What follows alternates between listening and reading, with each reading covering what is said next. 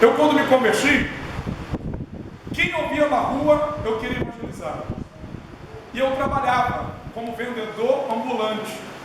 Eu vendia água, refrigerante, vendia no semáforo. E eu vendia essas coisas no Rio de Janeiro, no primeiro ano da minha convenção. Sendo que eu sempre andava com um folheto, porque eu gostava de evangelizar. E todo mundo que chegava perto de mim, eu dava um folheto e dizia: Jesus te ama, Deus tem uma obra na sua vida, Deus quer mudar a sua vida. E aí, eu estava sentado, estava muito calor naquele tempo, com meus folhetos ali, com a minha caixa de isopor vendendo meus refrigerantes, minha água, e de repente veio uma mulher na minha direção, e ali era um ponto de ônibus. Mas uma mulher, aos olhos carnais, bonita, aparentemente bonita. Porém, ela estava vestida com uma calça bem apertada, bem colada, com a barriga aparecendo e uma camiseta pequena, mostrando os seios, com 2 brincos grandes, toda maquiada, de óculos escuros e com um salto alto. E ela vinha rebolando. Dava para ver o andar dela, o andar de pomba-gira, que faz as mulheres andar rebolando, que faz as mulheres andar toda maquiada, pintada, cabelo pintado, cortado, com roupas indecentes, roupas imoral, na lascívia. E aí eu percebi uma coisa, eu fiquei observando aquela mulher vindo, não com olhar carnal, mas com olhar espiritual. E eu percebi que os carros passavam e os homens olhavam para ela, buzinavam.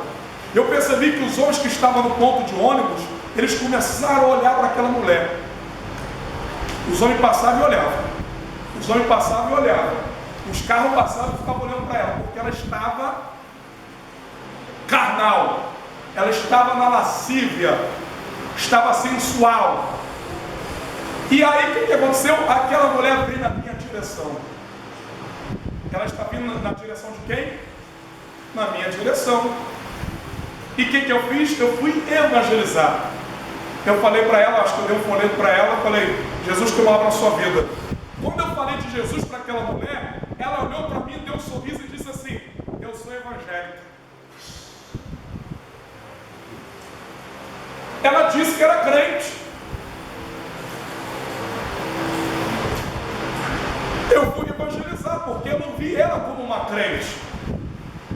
Porque uma mulher de Deus não vai andar desta maneira. Uma mulher de Deus vai andar com decência e pudor, vai andar como uma serva de Deus. Quando o mundo olhar para você, tem que ver em você Cristo. As pessoas têm que chegar até você e perguntar: irmã, você é cristã? Aí você vai perguntar: sim, por quê? Porque você é diferente. Glória a Deus. Glória a Deus. Porque você é diferente. Glória a Deus. Então, crente que não tem compromisso com Deus, crente que não tem vida de oração, crente que não tem vida de jejum, crente que não dedica a sua vida ao ensinamento bíblico, tem que dedicar a tua vida às escrituras. Porque como que tu vai evangelizar? Como que você vai evangelizar? Tu sai para evangelizar, tu vai evangelizar lá um espírita, um católico, um testemunho de Jeová. E se ele te fizer alguma pergunta na Bíblia, tu não vai saber responder. Não vai saber responder. Então a obra de evangelização, ela vai exigir de nós preparação. E como é feita essa preparação? Orando, jejuando, dedicando a sua vida ao ensinamento bíblico, se aprofundando no conhecimento do Evangelho, principalmente o Evangelho, Mateus, Marcos, Lucas, João, que fala da vida de Cristo. Você vai evangelizar uma pessoa, você não sabe nem por que Jesus morreu. Então você tem que ter conhecimento bíblico. Então a preparação para a obra de evangelização é jejum, oração, vida dedicada às Escrituras Sagradas, estudo bíblico. Amém? Amém. Compromisso, porque só faz evangelismo, só faz evangelização quem tem compromisso. Glória a Deus. Quem obedece. Então, se você é um cristão dedicado à oração, ao jejum, às escrituras, você é um crente que vai ser cheio do Espírito Santo. Pode anotar aí, então você vai ser um crente cheio do Espírito Santo. Então, o crente que dedica a sua vida à oração, ao jejum, ao estudo da Bíblia, ele vai ser um crente cheio do Espírito Santo. E crente cheio do Espírito Santo está preparado, capacitado para a obra de evangelização. Ele está preparado, pronto para qualquer combate, para qualquer guerra. Ele está pronto a entrar na boca de fumo. Ele está pronto a entrar dentro do presídio. Ele está pronto para pregar para o mendigo. Ele está pronto para entrar no hospital do câncer e determinar câncer em nome de Jesus. Sai! Ele está pronto para orar o paralítico. Ele está pronto para evangelizar as aldeias indígenas. Ele está pronto para fazer missão na África, no Iraque, no Irã, na Coreia do Norte, na janela das 40, nos países proibido a evangelização. Mas mesmo que seja proibido, aquele crente que tem vida de oração, de jejum, que dedica a sua vida às escrituras, ele não está se importando se ele vai morrer, ele não quer saber se ele vai ser preso. O que importa para ele é obedecer, é levar o evangelho. E se ele morrer pregando o evangelho, esse homem vai ser coroado por Deus. Esse crente vai receber galardão. A maior honra de um soldado é morrer guerreando, é morrer lutando. Eu imagino esses varão, esses irmãos que morreram por amor a Cristo pregando o evangelho, que estão sendo presos, que estão sendo apedrejados, que estão sendo açoitados. Grande será a honra deste irmão, grande será a honra desta irmã, que por amor à obra está sofrendo, por amor à obra de Deus, por amor ao evangelismo, está morrendo, está padecendo. Deus vai honrar. Deus vai honrar. Então, todo crente que tem uma vida dedicada à oração, jejum, ensinamento das Escrituras, ele é um crente cheio do Espírito Santo. E todo crente cheio do Espírito Santo, ele está revestido de poder, ele está preparado para a obra de evangelização. E o que vai acontecer quando esse crente sai para evangelizar? Vai acontecer o que acontecia com os discípulos. Vai acontecer o que acontecia com a igreja primitiva: sinais e prodígio. Cego vai enxergar, paralítico vai andar, o aidético vai ser curado, o drogado vai ser liberto. Aleluia! Sinais vão acontecer, maravilhas vão acontecer, porque esses sinais vai seguir ao crente. Glória a Deus.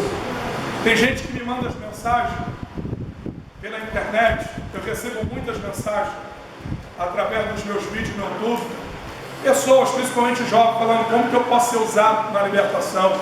Pastor, como eu quero ser usado também. Deus tem essa chamada na minha vida. Como que eu faço para mim ser usado como você?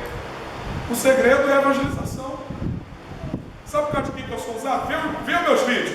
Eu estou no presídio, eu estou na cadeia, eu estou no hospital, eu estou na rua, eu estou na boca de fumo, eu estou em algum lugar evangelizando. Deus me usa porque eu estou evangelizando. Eu estou evangelizando. Eu estou na seara. Eu estou em ação. Eu estou obedecendo. Eu estou cumprindo o meu chamado. O chamado de evangelização. Tem gente que fala assim, eu já vi pastores falando isso. Esse não é meu chamado. Isso aí é um chamado específico. Esse chamado Deus tem só na tua vida. Isso é mentira. Isso não está na Bíblia. Quando Jesus chamou os seus discípulos, Ele não especificou quem ia levar o Evangelho, quem ia evangelizar. Ele não falou assim, não, vai o pastor evangelizar, a irmã aí não, vai esse irmão aqui evangelizar, o outro irmão também não. Não, Ele falou, essa visão, esse mandamento é para todos. Glória a Deus, aleluia. A chamada de evangelização é para todos que se diz cristão. A chamada de evangelismo é para todos que se diz igreja de Cristo. Se você é a igreja de Cristo, você está enquadrado dentro deste versículo. Mas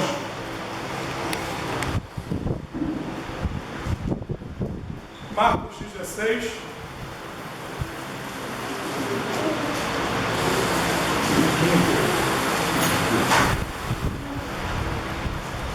Marcos 16, 15. Marcos 16, 15. Pode ler. Se você é a igreja de Cristo, oh, glória. Acharei? Marcos 16, 15. Pode ler, igreja, toda junto.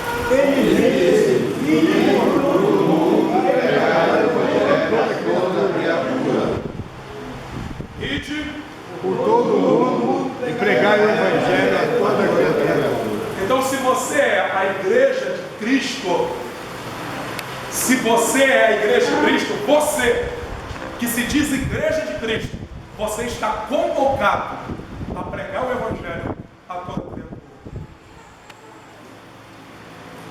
Se você é a igreja de Cristo, você tem esse chamado de evangelizar toda criatura. Nunca esqueça o que eu vou falar agora. Toda igreja que se diz igreja de Cristo, mas não evangeliza, esta igreja não é de Cristo. Pastor, repete. Pastor, você está julgando. Não, a Bíblia que diz: toda igreja que não evangeliza, esta igreja não é de Cristo. Porque a igreja de Cristo obedece o chamado. E Jesus chamou sua igreja com uma vocação, com um propósito. Qual é a vocação que a igreja tem? De evangelizar. Jesus chamou a igreja para a evangelização, para ser testemunha dele. Mas recebereis a virtude do Espírito que há de vir sobre vós, sereis a minha testemunha, tanto em Jerusalém, como em toda Samaria, Judeia e todos os confins da terra. Quando Pedro recebeu esse poder, voltando lá ao Pentecostes, quando a igreja primitiva recebeu o poder do Espírito Santo, e porque eles já viviam, já dedicavam a sua vida em orações. Sim ou não? Sim. Pastor, o que eu faço para mim então receber esse poder, ser batizado no Espírito Santo? Atos 1.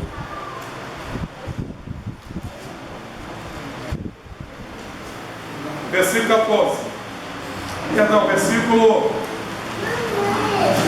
Atos 1, 14.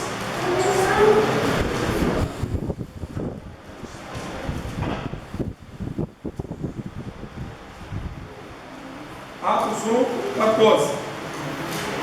Glória a Deus. Toda a igreja leia. E todos estes perseveravam unânimes em oração. Gente, vamos aí. Vamos ler todo mundo junto, por favor. Atos 1, 14. Amém? E todos estes perseveravam unânimes em oração com as mulheres. Bom, então, por que os apóstolos, a igreja de Cristo naquele tempo, recebeu o batismo com o Espírito Santo?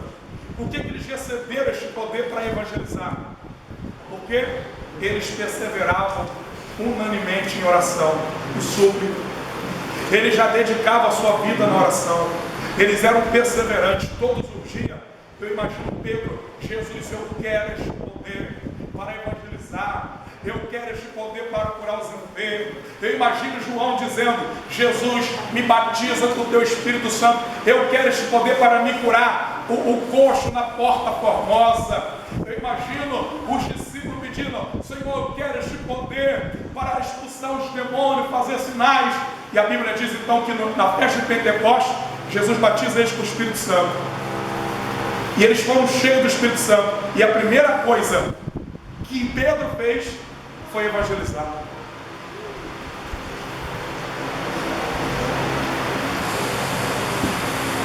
Tem pessoas que pensam que Deus batiza com o Espírito Santo só para ficar dentro da igreja falando em língua. Não. Deus te batizou com o Espírito Santo, te deu esse poder para você evangelizar. É para você evangelizar. É para você colocar a mão no oprimido e expulsar o demônio. É para você curar os enfermos. É para você anunciar as boas novas.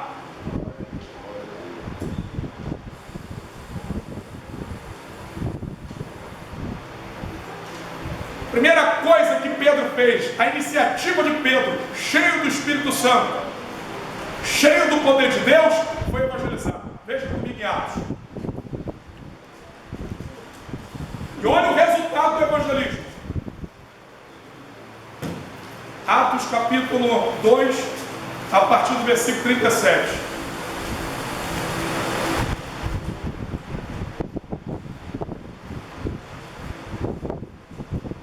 Atos 2, 37. Quem achou? Amém. Eu vou ler o 37, a igreja vai ler o 38, assim nós vamos. Ouvindo eles isto, compungiram-se em seu coração e perguntaram a Pedro e aos demais apóstolos: que faremos, varões e irmãos?